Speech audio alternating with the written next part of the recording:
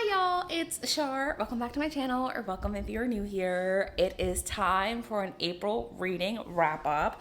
I did actually read this month as compared to March.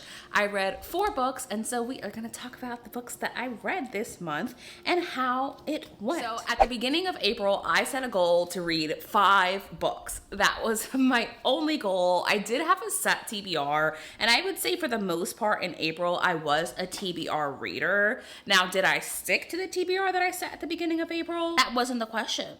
That wasn't the question. The thing is that I read 4 books of the 5 that I set out to read, so I'm going to consider that a win. So in April, I read 4 books. All of those books were in audiobook format because the only way I was reading was when I was listening to my audiobooks to and from work. So that is how I was able to read in April. My average rating is perhaps the lowest average rating I've ever had for a reading month, and that is 3.0. A 3.0 flat, and as you can tell, I wasn't vibing with a lot of the books that I was picking up, but the number of books that I read from the TBR that I set for April was 2. So I did stick to the TBR for that, but then I made my own separate TBR, which I was following, and I was vlogging throughout the month of April.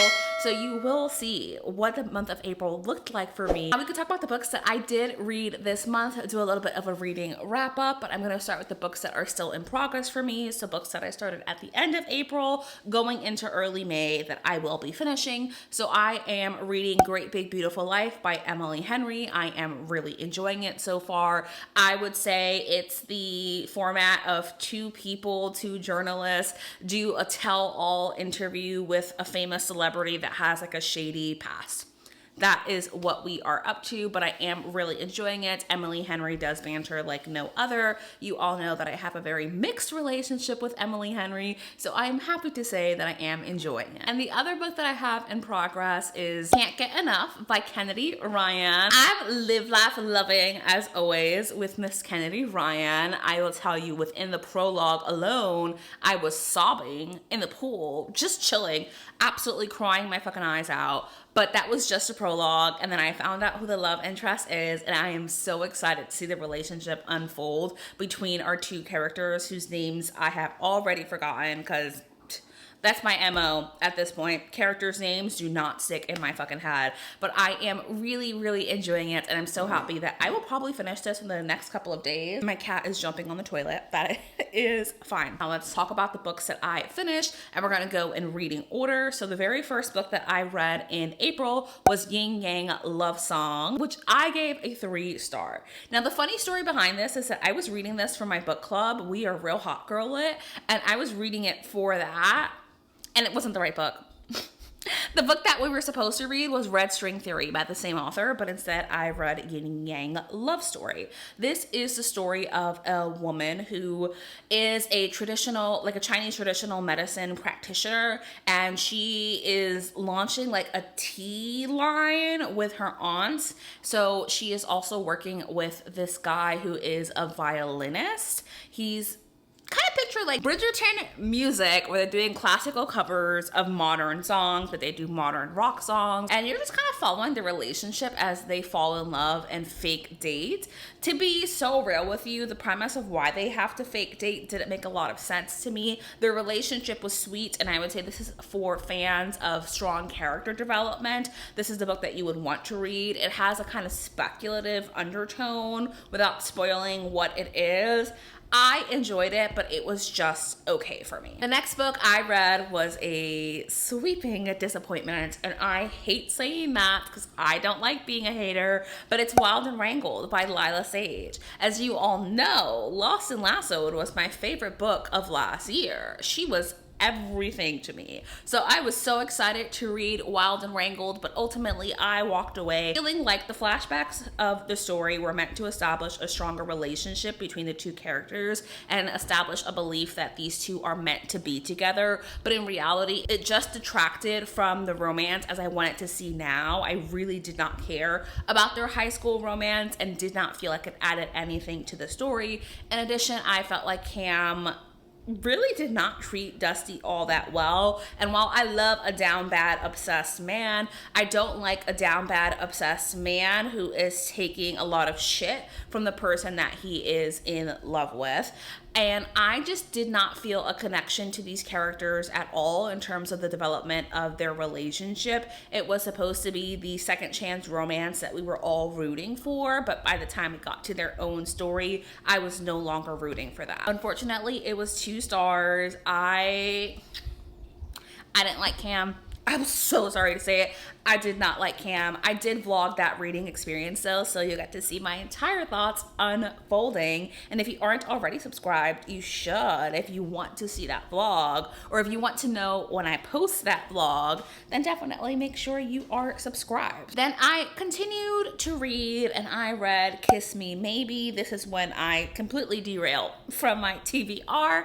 Kiss Me Maybe by Gabriela Gomez is a sapphic romance about these 2 women. So one of them is an asexual lesbian and she's exploring like what asexuality means to her. She is not sex repulsed, but she would like to have her first kiss. And she's talking about being a late bloomer. She was 27. She's never had her first kiss. She's only ever flirted, and she really conformed to, I don't want to say like comp het, but she felt a lot of pressure because of how badly she was bullied by her cousins. She ends up going viral. She is a TikToker talking about like her experiences being a late bloomer. And she decides that she wants to do a scavenger hunt to find the person who is going to be her first kiss and publicly document this as exploration of her identity and talking to other people who feel the same way.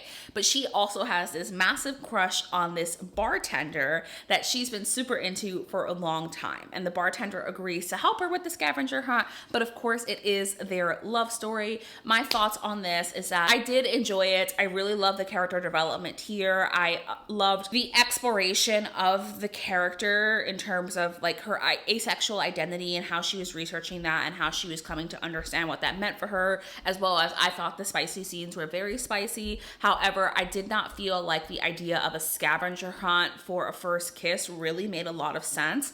And to be honest with you, the scavenger hunt elements of the story took away from my enjoyment of it because it was too far of a stretch for me to truly understand like what exactly was going on with them, and it more so felt like it detracted from their relationship as opposed to have been added to it. I hope that makes sense, but if we're gonna come down to the crux of it, it's that I don't think the scavenger hunt element of this was necessary to the story, and it is a major plot point. So that is why I'm giving this 3 stars, 3.5 stars. The next book that I read is Love in Focus. Now this book isn't out, so I had the ALC for it. I had the distinct pleasure of listening to this story.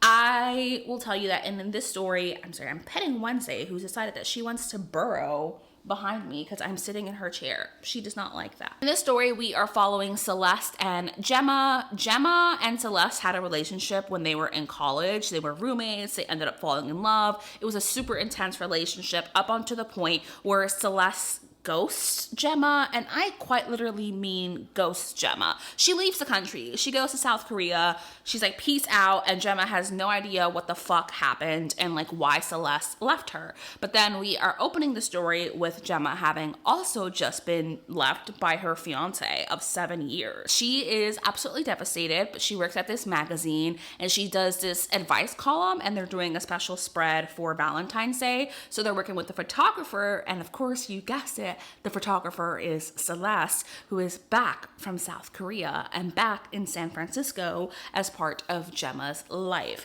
Now, you are exploring their decision to kind of have a casual friends with benefits situation.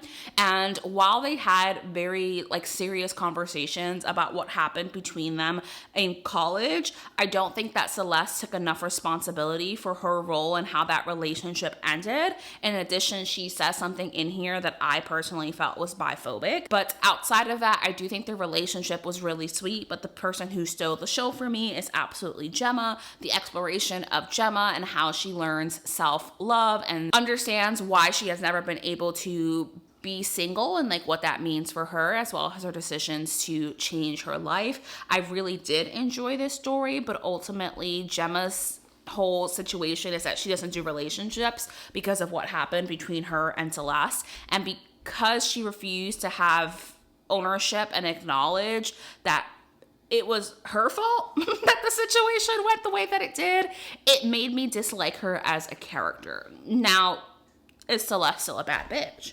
Abso-fucking-lutely. She is my type to a T. With that said, she was in fact the problem in this story. And so it was a 3-star read, 3.5-star read. And that's it. Those are the books that I read in April, and of course the 2 books I am continuing to read into May. I hope that you enjoyed this video. Thank you for your patience as I try to find some semblance of structure and order and peace in my life. I love you all so much. Thank you so much to every single person who watches my videos, who leaves a comment, who subscribes. If you've gotten to the end of this video, I don't think you can see it because she's blown out, but this is a little teddy bear. So you can leave a little teddy bear or bear emoji in the comments to let me know that you have gotten to this point, and I will see you in my next video. Bye!